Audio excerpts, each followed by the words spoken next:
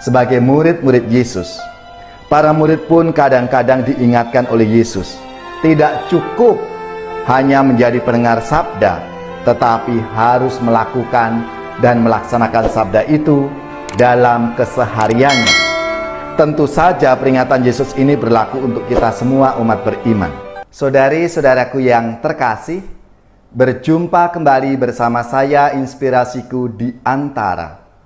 Renungan harian Jumat 4 April, Pekan Prapaskah yang keempat. Semoga kita bersama keluarga, komunitas kita, selalu dalam keadaan sehat, baik, dan bersemangat.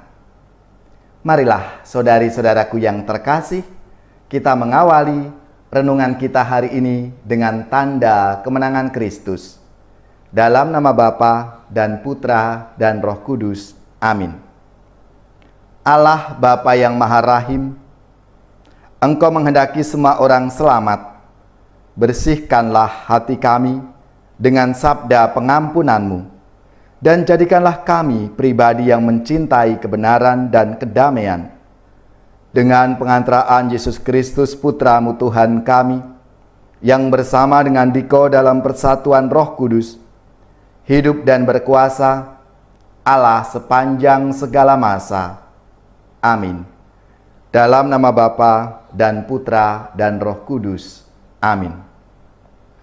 Inspirasi kita hari ini dari Injil Suci menurut Yohanes bab 7 ayat 1-2, dilanjutkan ayat 10, ayat 25-30. Marilah kita bersama-sama membaca dan merenungkannya. Yesus berjalan keliling Galilea. Ia tidak mau tetap tinggal di Yudea, karena di sana orang-orang Yahudi berusaha membunuhnya.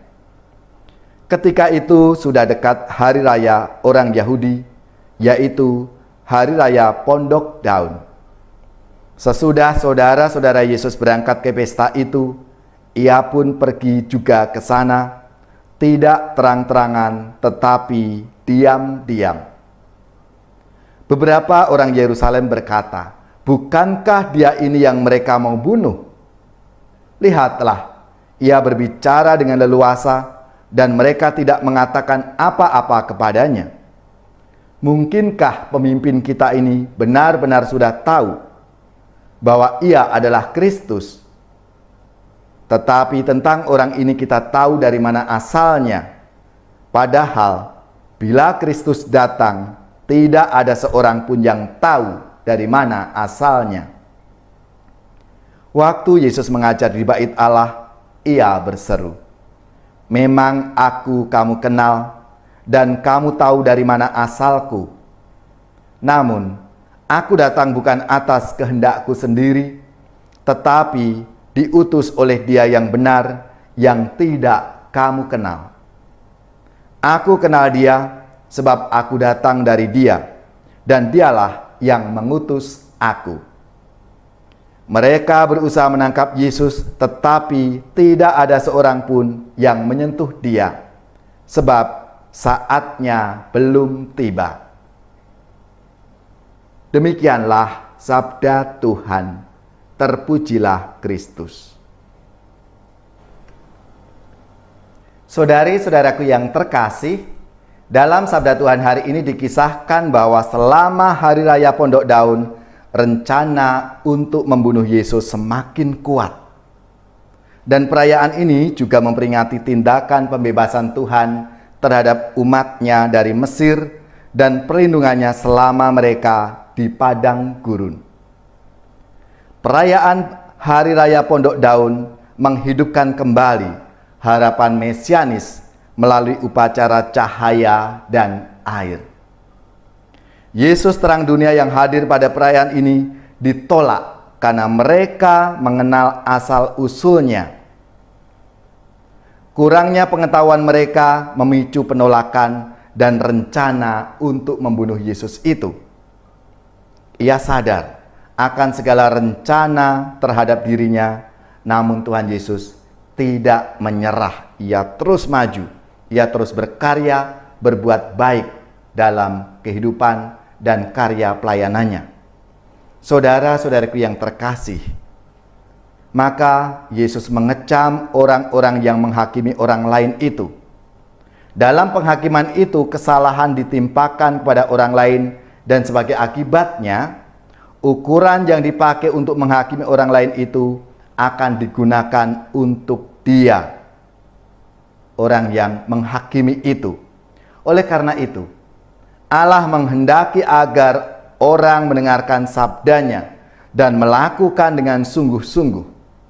Dan orang seperti itulah yang dikatakan sebagai orang yang kuat, yang punya landasan dan dasar iman yang tidak mudah digoyahkan. Saudara-saudaraku yang terkasih, ajaran Yesus ini disampaikan kepada orang banyak, sedemikian meyakinkan sampai-sampai orang-orang yang mendengarnya itu takjub. Kita tahu bagaimana reaksi orang-orang itu. Mereka begitu terpesona akan apa yang dilakukan oleh Tuhan Yesus itu. Yesus mengajar memang layaknya seorang yang penuh kuasa. Sebagai murid-murid Yesus, para murid pun kadang-kadang diingatkan oleh Yesus, tidak cukup hanya menjadi pendengar sabda, tetapi harus melakukan dan melaksanakan sabda itu dalam kesehariannya. Tentu saja peringatan Yesus ini berlaku untuk kita semua umat beriman. Menjadi pendengar biasanya memang tidak terlalu sulit. Bahkan bisa memasukkan ke dalam hati dan bahkan menghafalnya. Namun untuk melaksanakannya, untuk melakukannya, menerjemahkan ke dalam tindakan dan perbuatan sehari-hari, ini yang tidak mudah. Banyak tantangan-tantangannya dan membutuhkan pengorbanan serta perjuangan. Saudara-saudariku yang terkasih, maka marilah kita melalui sabda Tuhan hari ini kita diingatkan untuk semakin yakin dan percaya kepada Tuhan Yesus. Dia adalah utusan Bapa yang membimbing, yang ingin bersatu dengan kita dengan seluruh perjuangan hidup kita. Yesus ingin berbela rasa, peduli terhadap kita umatnya yang berjuang di dunia ini. Maka marilah kita percaya kepadanya, mendengarkan sabdanya, dan melaksanakan sabda itu dalam kehidupan kita setiap hari.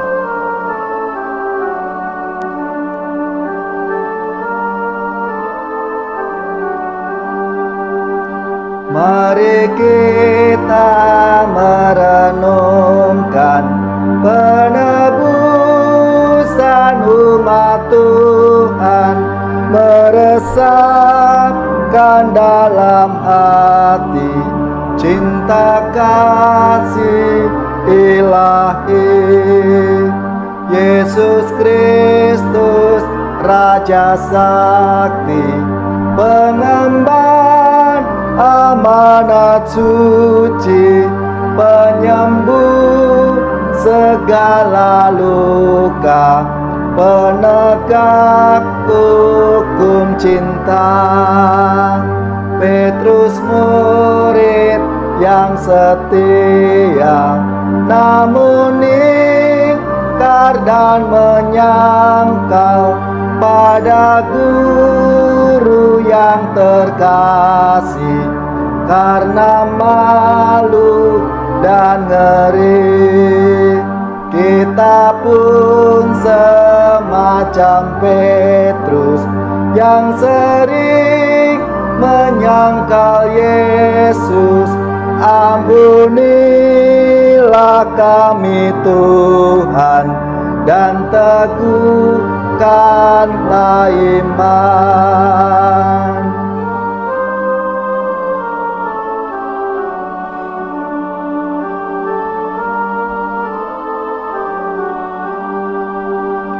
Seperti seorang abdi, Yesus taat sampai mati, diperolok dan disiksa, dengan kejam didera.